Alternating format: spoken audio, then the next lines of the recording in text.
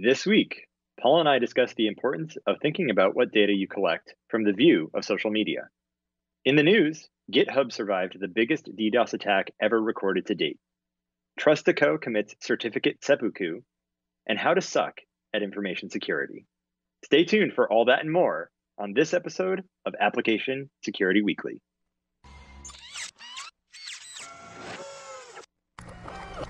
This is a Security Weekly production.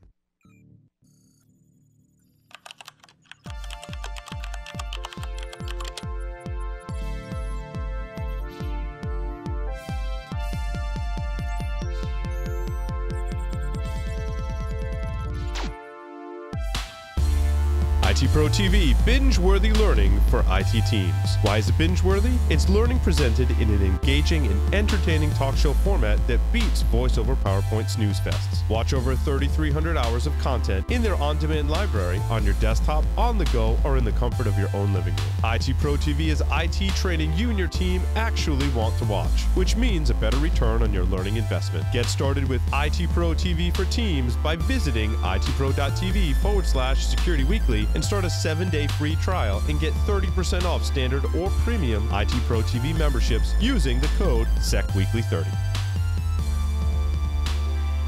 Welcome everyone to episode 7, our 8th episode of Application Security Weekly. I am, of course, your host, Keith Hoodlet, and I am excited to be joined by my propitious co-host, Paul Asadorian. Paul, welcome to the show. Thank you very much, Keith. It's wonderful to be here. Get my product placement drink out of the way. I was just actually bringing up a story.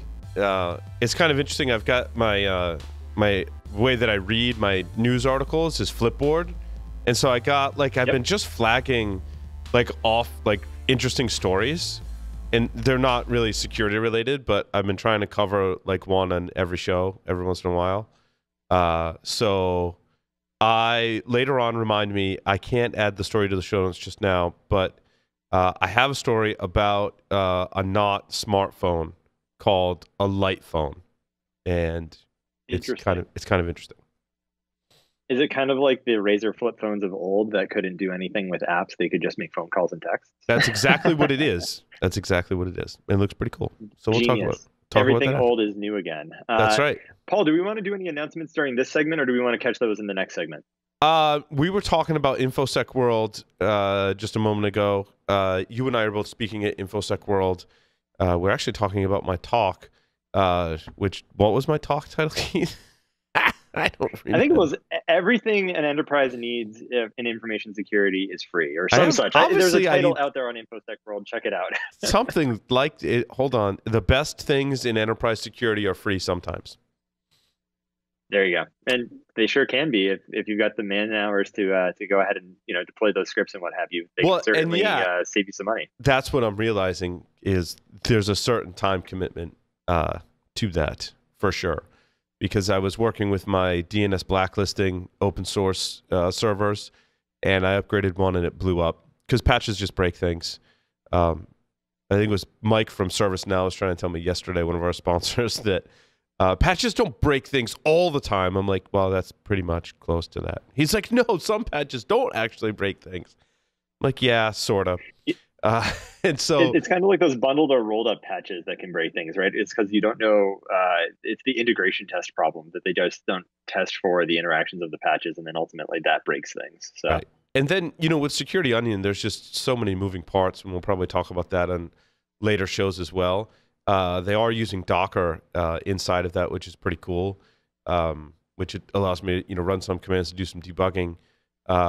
But it takes time to set it up, and mine's just in an evaluation mode. I mean, if you were to deploy that, it would require, like you said, Keith, a little bit of engineering. But it is free, and I am getting alerts and acting on them and stuff. I was like, hey, I got this running. Hey guys, could you update Java on those two machines over there because it's out of date? Snort actually told me that. There you go. I thought that was pretty cool. So, and people can catch that talk. So you said InfoSec World, March 19th to the 21st, so later this month. If you still are in need of a ticket, by the way, I hear you can actually get 15% off with the Security Weekly code OS18-SW for Security Weekly subscribers. So check out Paul's talk. I think it'll be fun and interesting, especially if you are trying to save some time and money for maybe some other tooling in your environment. And I will also be giving a talk on some development and application security stuff. So check that out. Hey, Paul, are you going to Source Boston, by the way? I know that's coming up, I think, I am next week. speaking at Source Boston about Docker, believe it or not. Even better. It's 2 weeks from now, right? It's No, it's May. May Source 9th? Source Boston is May 9th through the 10th. SW89 AEE2 Alpha Echo Echo 2 is the $100 off discount code. If you're going to InfoSec World, it's OS18-SW. That's all we had. There's another show that we're doing. Secure World Expo will be there. We're not speaking, but we will be there doing stuff. That's earlier. That's March 14th and 15th in Boston. And I will be speaking at a social engineering conference to round up my 3 talks that I'm working on. Social engineering your way into an amazing InfoSec career, which is very similar to a topic that April Wright will be talking about, which is awesome because she's a lot smarter than I am. So you probably want to see her talk rather than mine. But similar topic. I'll talk a little more, I think, about startups, and if you want to start your own startup as part of your career, what you need to do, and also some of the similar topics like how you sell things to management. So nice. I had one special announcement, which is BugCrowd, the company that I work for, is hiring. We actually just finished our Series C funding round at 26 million, and we're expanding the headcount in our organization to scale. So check out bugcrowd.com/careers, or you can email me, hoodie@securityweekly.com, to find out more about any of the positions listed on there. And you get a referral bonus, don't you? That's why you can. It's okay. It's okay. It's true. It's absolutely true. I do. But you know what? I honestly want to make sure that anyone joins BugCrowd or decides that they want to join BugCrowd is both prepared for the level of effort that is going to go into the work that they will do with us, but also the rewards that come about from working at a startup. But now it's Series C funding at 26 million. It doesn't feel too startup-y anymore. Yeah. No, it's awesome though. So yeah. Yeah, for sure. And yeah, those referral bonuses don't hurt. I won't lie. No, it doesn't. I mean, I think it's a valid structure, especially in this field, trying to find the right people, especially senior people, can be difficult. So I think that's a nice way. I've certainly benefited from that in the past as well, and even asked people on the show to apply for jobs. It's cool. Nice. So with that, let's definitely jump into the topic for today, which I imagine the show title for this will be "You Are the Product," because lately or recently in the news, what has happened is Facebook has started requiring certain users to perform a malware scan of their device that they were logging in on. And so as a result of this, I wanted to talk a little bit about the importance of being thoughtful and considerate to what data you as an organization are collecting, whether you're on the security team or whether you're a developer that's building out a platform that will aggregate some sort of data. And the reason that I think that this is an important topic is a fewfold. First, GDPR is a huge thing on every security company's mind right now, and it's all related to data collection, specifically in Europe, for any of the users that are using your platform or product there.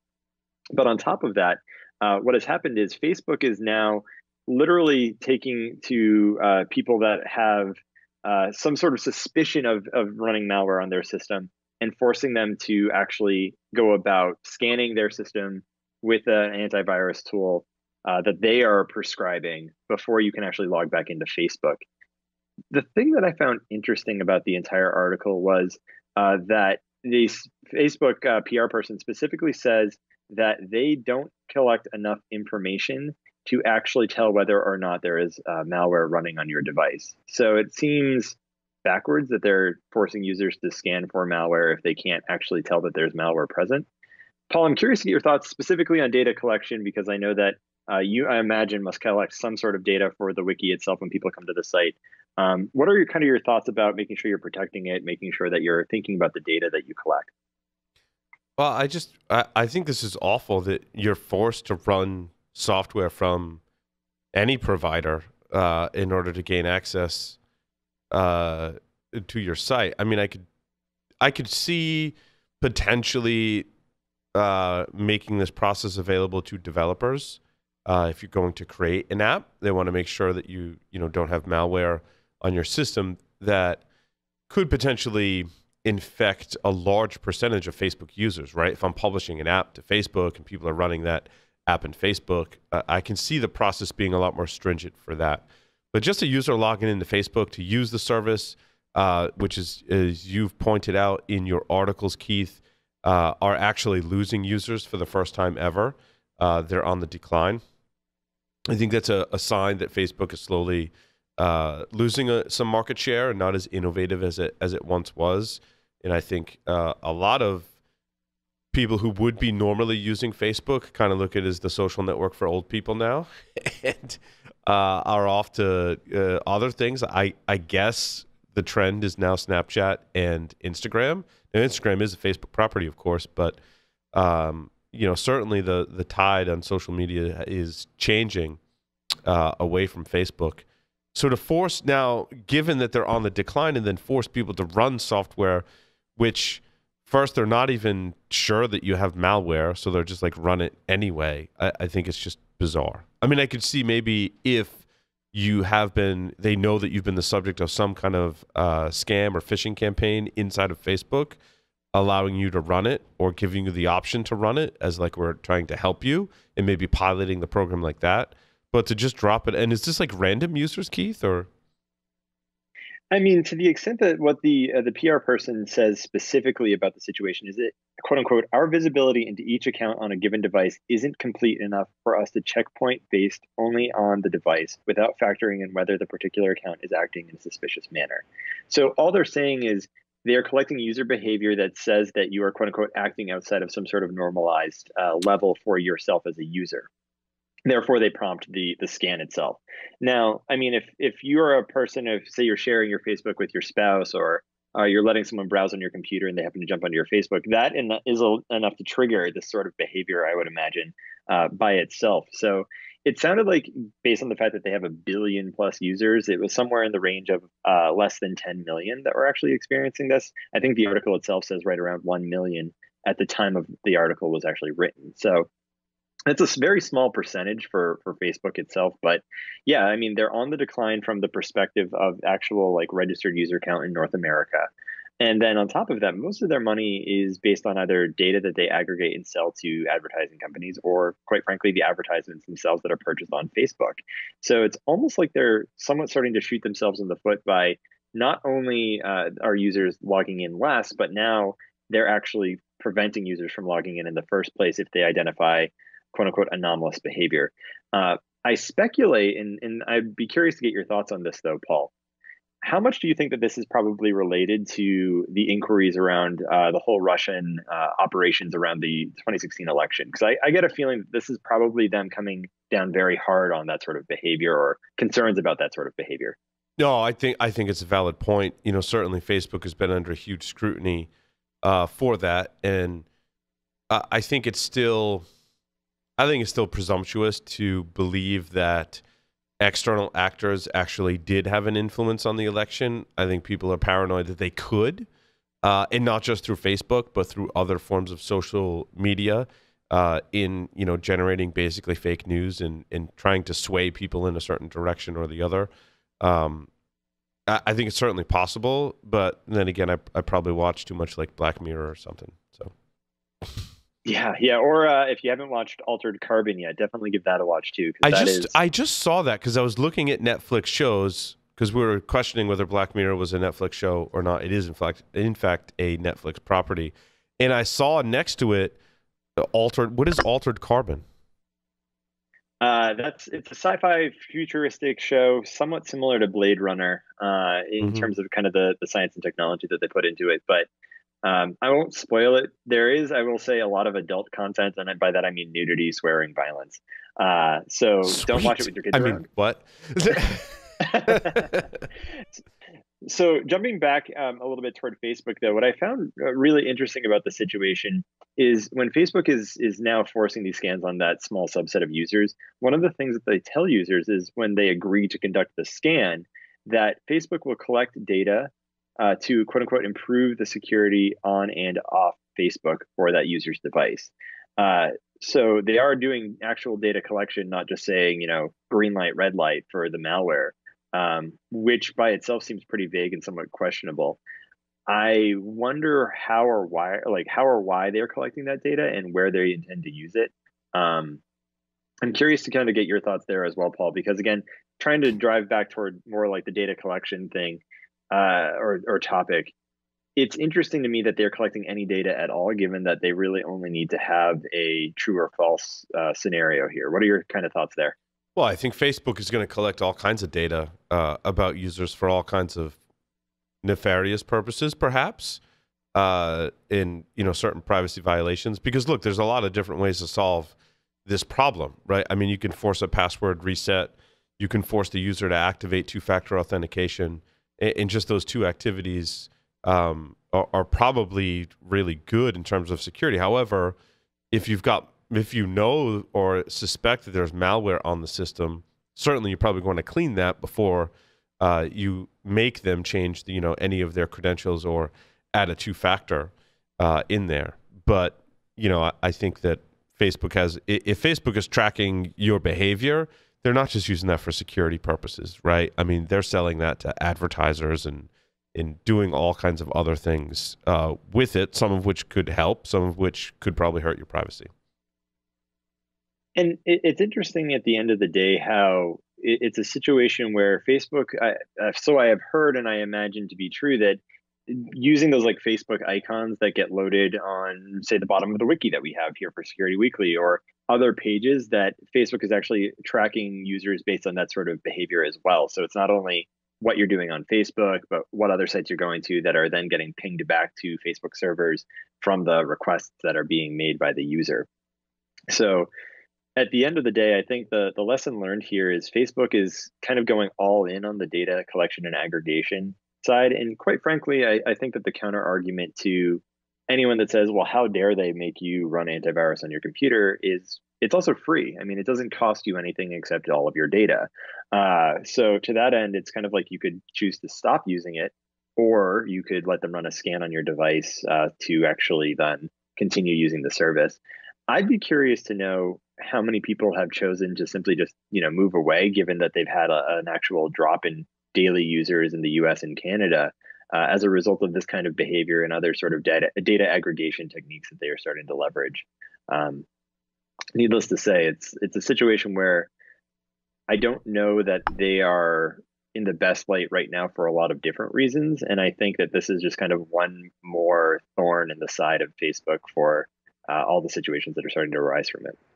Yeah, and so what's the story on how they manipulated 689,003 users' emoticons for science? That article. Emotions. Well, that article comes from the first two sources of your articles are sites that block if you have an ad blocker running, which that's probably a debate that's actually kind of similar to what we're talking about now. It is, and I will have to see if I can find maybe some Google News links for these to update them in the show notes. So this is actually a really old article, but I wanted to highlight it because I think that it's important to show people or infer to our listeners just what you can do with data aggregation in larger scales. So this is an article that's now almost 4 years old. It dates back to June 28th of 2014, which led to my actually stop using Facebook entirely. So what they did way back when is they worked with a university to collect data, and in this case, that was Cornell University, of 689,003 users. What they did is they showed a subset of those users only negative things or things that could be perceived as negative to determine how that would impact the user's use of Facebook. And then they had the control group, which is no manipulation of their data feed. And at the end of the day, this kind of came to light, and from there, a number of people left Facebook from like the user standpoint. But Cornell caught a lot of heat for this because there was no internal review board, there was no informed consent, and they were manipulating people's emotions or trying to at least do some sort of manipulation of emotions. So when it comes to ubiquitous social media presence like Facebook, any data that is collected can and will be used perhaps against you, or at least not necessarily for your best interest, but for the interest of Facebook. And I thought that this article, especially that it goes back to showing actual documented behavior of Facebook as an organization, shows that they're not afraid to manipulate people's emotions or behaviors for quote unquote science. Mm-hmm. So I'm curious to get your thoughts, especially because in this case, as you said, this is actually something that is a site that you can't get to unless you turn off your ad blocker. And I'll have to check because my ad blocker is on, but it still allows me to get to the site. So Have you I'm going to now have whitelisted? to update my ad They blocker. want you to whitelist that site. Probably. It's probably the case. And then some of the but yeah, whitelisted sites will actually serve up malware through advertising to kind of go along with what we're talking about, which I hate. Yep. I'm like, I don't want. It's so like you've made the decision to stop using Facebook. Like I've made the decision that I'm not turning off my ad blocker to read content on the internet, and I'm not paying you money because I don't like the way that it's presented to me, and I also feel like that information can be found on sites that aren't using an ad blocker. True. So. And in fact, I would imagine that as we move toward, different modernization schemes for making money, we will see things change as we have with, say, CoinHive, right? Like they've started mining Monero as opposed to serving you ads. Yeah, that's the choice they give you. Either disable your ad blocker or you can just mine some cryptocurrency for us. I don't like that option either. Well, and I think it's interesting because you and I probably don't like that option, but to the end user, it really doesn't affect their impact or affect their experience and impact their performance of using the site. So they probably don't know any better. And in aggregate, that's why I think that has become an option for organizations as a whole. And to that end, I guess to some degree, it could be argued that from the data aggregation perspective, that's better than being served up ads that are probably also doing some sort of data aggregation of your use of the site. So I don't know. It's the devil you know versus the devil you don't. Would you rather be mining cryptocurrency and not being served potential malicious ads and not having to worry about data aggregation? Or would you rather try to block ads? I think that, and we're kind of getting away from the main topic, but have you ever heard of the Brave browser? Mm-mm. So it's a browser that's, I believe, based on Chromium. And they have a model where inside of it, you can have a cryptocurrency wallet like associated where you can put like $5 or $10 worth of cryptocurrency in the wallet. And then at the end of every month, depending on the sites that have registered to actually receive portions of that, it will look at your basic walkthrough of different sites to see how long you are actually on a given site. Say you're on Forbes or you're on GitHub or you're on New York Times.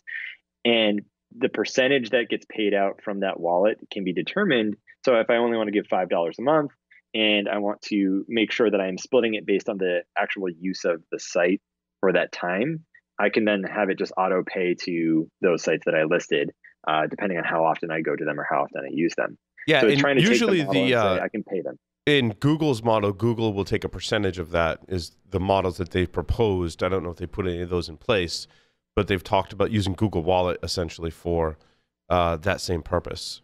And Google gets a percentage and then passes off the remainder to the advertiser.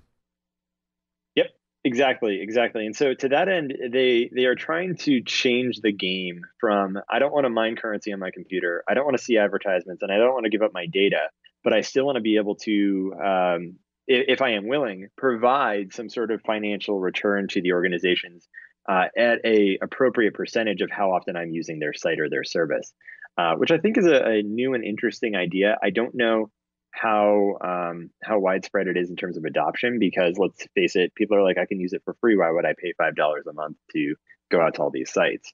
But it'll be interesting to see how the future shapes the way the internet takes place, especially now that we're looking at things like miners versus ads versus data aggregation and so forth. I know that we're coming up on probably time for this segment, but I did want to get into the learning and tools segment if that's okay with you, Paul. Oh, yeah. Let's do it. So one of the things I actually wanted to call out is a free tool called Git Leaks. It checks Git repos for secrets and keys. So if you have like a private key, or you're using some sort of like hard-coded password, for example, it will go ahead and look over the history of the repository and confirm or try to pull out and flag that data for you. It is actually faster than TruffleHog, which is another open source tool that I have created a Docker container for. It's up on Docker Hub if you want to check it out. But it goes ahead and it will actually look through the history of your Git repository and then find those keys for you, call them out, and then you can go and remove them appropriately. So yeah, definitely for those organizations that have had some issues with keys leaking as a result of pushing things out to open source or otherwise, that's a good place to start. The other one that I also wanted to call out in the learning and tools is there's a link under learning and tools number 2. It allows you to go ahead and change any Unix timestamp to an actual date time format, including ISO 8601 format. So it's unix.click. You can either select the date accordingly, and it will give you the timestamp from Unix time as well as the ISO 8601, or you can put in the timestamp that you have instead of maybe one of your bro logs. And from there, you can actually see on the calendar where that falls. You might find that actually fun and interesting to play with, Paul, once you get some of your tooling internally spun up. Yeah, if that ever happens. Just 2 more items I wanted to call out. The first is actually from one of our partners, Signal Sciences. They just released a DevOps roadmap for security as a PDF document. It actually is really nice. I was looking through it the other night, and it calls out a lot of the processes that maybe not a lot of people think about when it comes to integrating DevOps and security into one DevSecOps kind of workflow. So I would definitely recommend going and picking up that PDF and giving it a read, just because I think that it's not only great content, but Signal Sciences does great work and they have a really great tool. The last item, and this is actually going to be somewhat, I don't know, maybe prescient or even had really good forethought when it was written by Charles Seif, is a book called Virtual Unreality. It talks about how the internet is in effect becoming what used to be the commons, where anyone could go and post up their flyers or what have you. And more or less that no matter who you are or what your beliefs are, because the internet is now so pervasive in our lives, you will always find a community of people who agree with and will reinforce your beliefs accordingly. So if you're looking for a fun and interesting read, check out Virtual Unreality by Charles Seif. Yeah, I'm excited to read that. Yeah. That actually, because I've always held the similar beliefs in that because there's so many people on the internet and so many ways to collaborate and share and network, that you can find not just people but also resources that could support your viewpoint in either direction. And that's a lot of, being on Facebook, that's a lot of what I find is if you believe take a certain viewpoint, that you can go find people and or resources that will support that, even as preposterous as that viewpoint may be, which I always thought was interesting. The interesting thing about that book as well is that's like 4 or 5 years old at this point. I mean, it more or less predicted events as they occurred in 2016 with the use of social media as an intelligence operation and the influence that it could potentially have. So it's interesting to like highlight it now in light of all of the things that are going on in today's society. So with that, we're going to take a break, come back and cover the news. Sweet.